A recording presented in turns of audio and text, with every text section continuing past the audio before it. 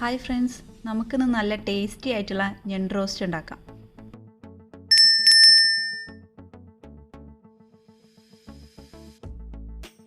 ആദ്യം തന്നെ നമുക്ക് ഞണ്ട് ക്ലീൻ ചെയ്തെടുക്കാം.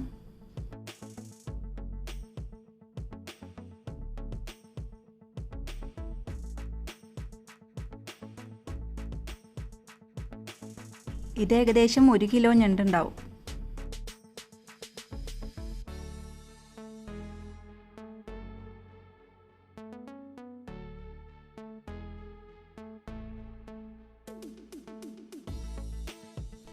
ഇതിൻ്റെ ഈ ചെറിയ കാലുകൾ എടുക്കണമെന്ന് നിർബന്ധമില്ല.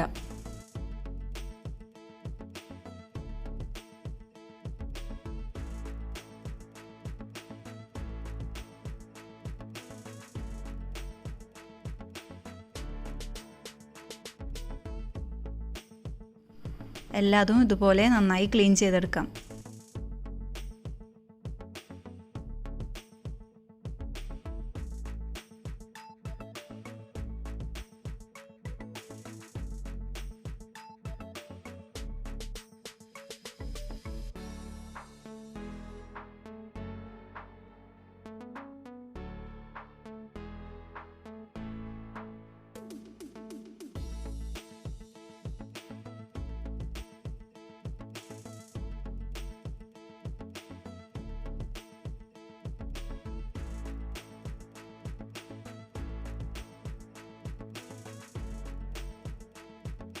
ഇനി നമുക്ക് റോസ്റ്റിന് ആവശ്യമായിട്ടുള്ള മസാല റെഡിയാക്കി എടുക്കാം.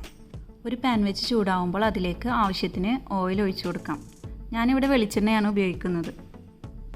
വെളിച്ചെണ്ണ ചൂടായി വരുമ്പോൾ അതിലേക്ക് 1 ടീസ്പൂൺ പെരിഞ്ജീരകം ചേർത്ത് കൊടുക്കാം.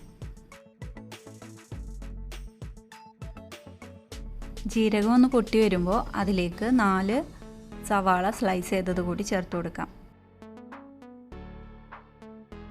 ഇത് നന്നായി വഴറ്റിയെടുക്കാം.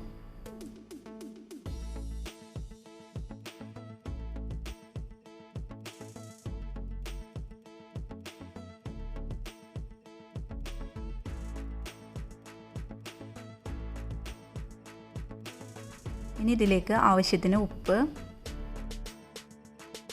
കുറച്ച് കറിവേപ്പില, 2 പച്ചമുളക് എന്നിവ ചേർത്ത് നന്നായി വഴറ്റി കൊടുക്കാം. സവാള നന്നായി വഴണ്ടു വരുമ്പോൾ അതിലേക്ക് 2 ടേബിൾ സ്പൂൺ ഇഞ്ചി വെളുത്തുള്ളി പേസ്റ്റ് കൂടി ചേർത്ത് കൊടുക്കാം. ഇഞ്ചിയുടെയും വെളുത്തുള്ളിയുടെയും പച്ചമണം മാറുന്നതുവരെ നന്നായി വഴറ്റിയെടുക്കാം. ഇനി ഇതിലേക്ക് 1 ടീസ്പൂൺ മഞ്ഞൾപ്പൊടി ചേർത്ത് കൊടുക്കാം.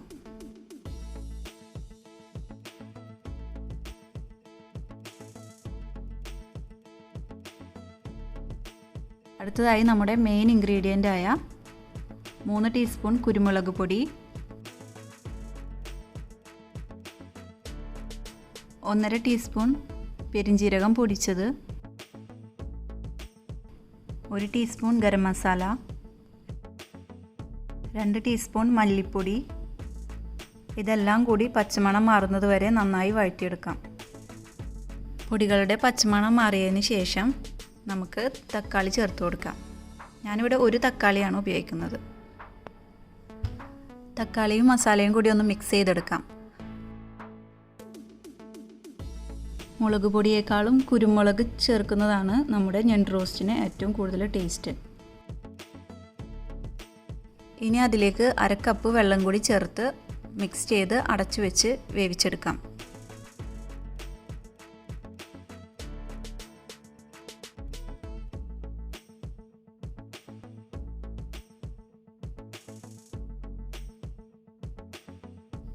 തക്കാളി ആയതുകൊണ്ട് തന്നെ വേഗം വെന്ത് കിട്ടും.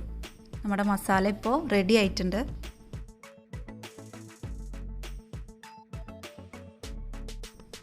ഇനി ഈ മസാലയിലേക്ക് നമ്മുടെ കഴുകി വൃത്തിയാക്കിയ ക്രാബ് കൂടി ചേർത്ത് കൊടുക്കാം.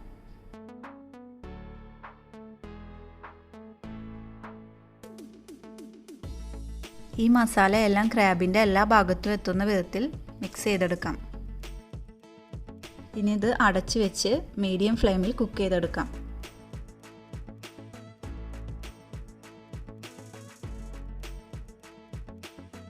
ഇനി ഇതിലേക്ക് എക്സ്ട്രാ വെള്ളം ചേർത്ത് കൊടുക്കേണ്ട ആവശ്യമില്ല.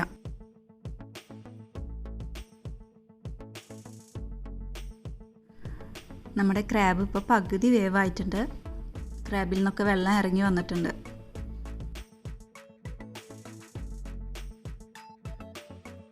ഇനി ഇതിലേക്ക് കുറച്ച് മല്ലിയില അരിഞ്ഞത് കൂടി ചേർത്ത് കൊടുക്കാം.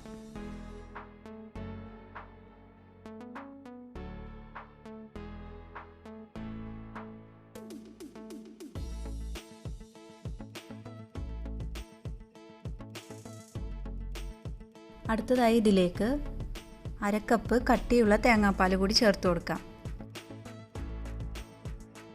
നന്നായി മിക്സ് ചെയ്തതിന് ശേഷം അടച്ചു വെച്ച് വേവിച്ചെടുക്കാം.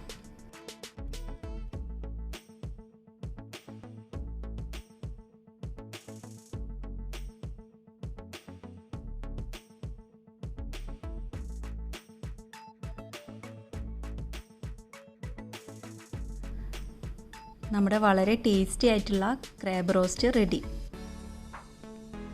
ഇത് ചോറിൻ്റെ കൂടെയും ചപ്പാത്തിയുടെ കൂടെയും സെർവ് ചെയ്യാവുന്നതാണ്.